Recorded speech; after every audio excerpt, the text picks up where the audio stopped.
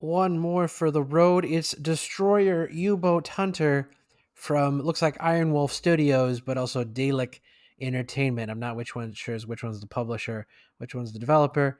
So I wanted to mention them both here. Oh, okay. I was gonna say, don't be like, oh, you're gonna update it.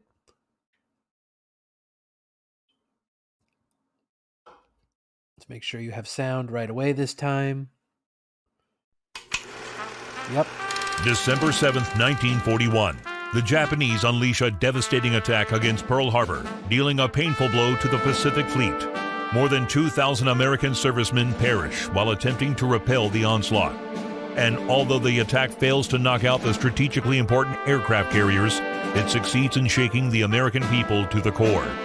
Entering the war is no longer a choice. It is a necessity. On December 11, Nazi Germany declares war against the United States. Just a few days later, Operation Paukenschlag is put in motion by the commander of U-boats, Karl Dönitz. This long-range operation... That was me commenting on the... We're going to end it there. That was me commenting on the fact that I was like, oh, it's no longer a choice. Let's start with a tutorial, because this could be bad. Let's turn the music down a little bit. Actually, it might be right where it needs to be. Just a tad. Just a touch.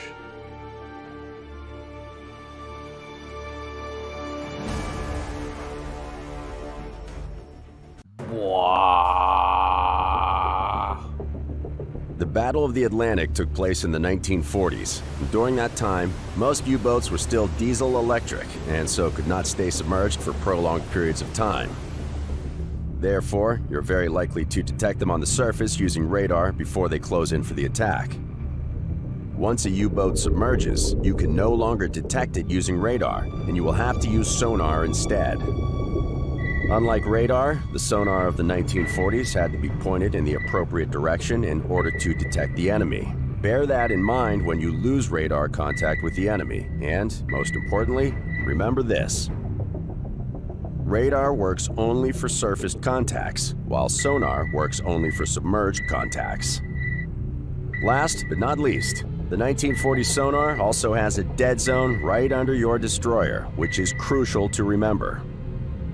The most important thing you need to understand, however, is that everything at sea is ruled by the compass. Consequently, every instrument, report, and command also refers to it. It works just like the clock, with 000 or 360 at the top, 090 on the right, 180 at the bottom, and 270 on the left. Oh boy. These three-digit codes are called bearings, and they refer to the cardinal points. 000 or 360 is the north, 090 is the east, what's with the weird water 180 is the south, and weird 270 is the west. So, if there is a contact at bearing 090, it means that it is located east of our position. This system allows the crew to quickly exchange information regarding where the enemy has been detected, what course to take, and so on. Once you understand it, it quickly becomes second nature. In summary, the most important information for you will always be the position of the currently tracked enemy, which is given in bearings, which direction, and ranges, how far away from your position.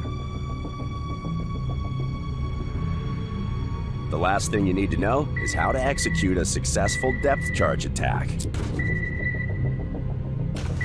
The problem consists in hitting a moving object in 3D space with a weapon that has a considerable delay between being fired and hitting the target.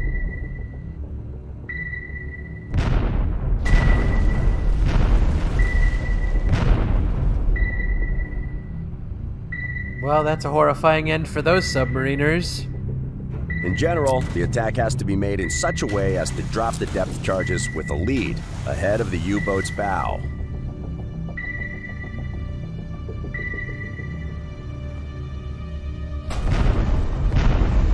What is more, the depth charge fuse must be set for shallow, medium, or deep. Bear in mind that the deeper you set the fuse, the longer it takes the depth charges to reach the set depth. The optimal time to drop depth charges is calculated by an analog computer called the Tactical Range Recorder. It measures the speed of closing the distance between your destroyer and the target. and will help you to decide when to give the order to fire. Because of that, pay close attention to what the tutorial says about using the TRR, as it will make the difference between success and failure. Bum, bum, In reality, bum. the chances of hitting a U-boat with depth charges were rather slim, but due to the devastating effects that even close misses had on the submarine's morale, harassing and suppressing the U-boat was often enough to make its crew abandon further attack attempts, at least for some time. Wow.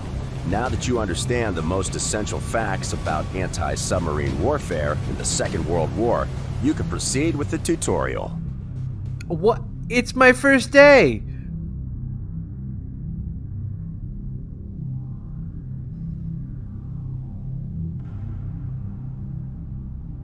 Okay. All engines ahead, standard. All engines ahead, standard. Aye, sir.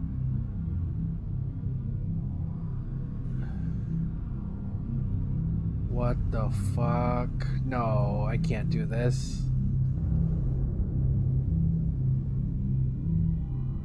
Press S. What? Press S. And then... What is happening? All engines ahead, 1/3. All engines ahead, 1/3. Aye, sir. Compass showing yeah, with a few different steer the ship. Rudder, 20 degrees left. Rudder, 5 degrees left. Aye, sir. I said 20. What is this?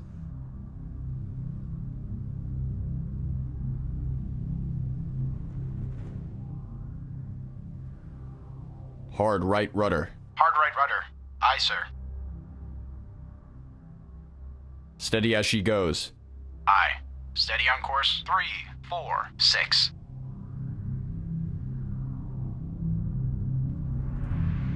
Press D and select 20 degrees. What is happening? What are we doing? What is D? Where my fucking keyboard? Wasad. It's Wasad. WASD. It's D. Oh, here. And select what? 20 degrees. Rudder, 20 degrees right. Rudder, 20 degrees right. Aye, sir.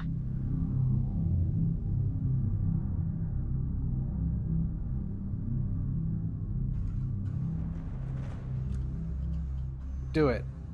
Completely turn around. Oh, man.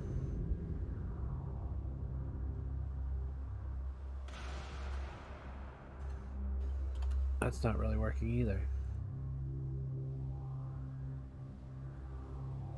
New course, 0, 1, 0. Course, 0, 1, 0. Surface radar has a new contact.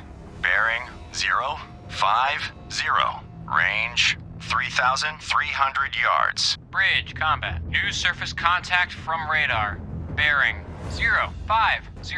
Range 3,300 yards. I designate contact able. Time 06.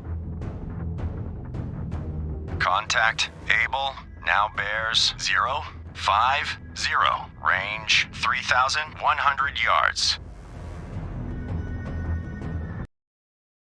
All right, that's gonna do it for Destroyer the U-boat hunter. Just because no, I'm sorry. Thank you for letting me play your game, but no, that's horrible. That job needs to be done by 10 people. Like, I'm not saying it is done by 10 people, but it should be. That's horrible. And that's the end. Goodbye.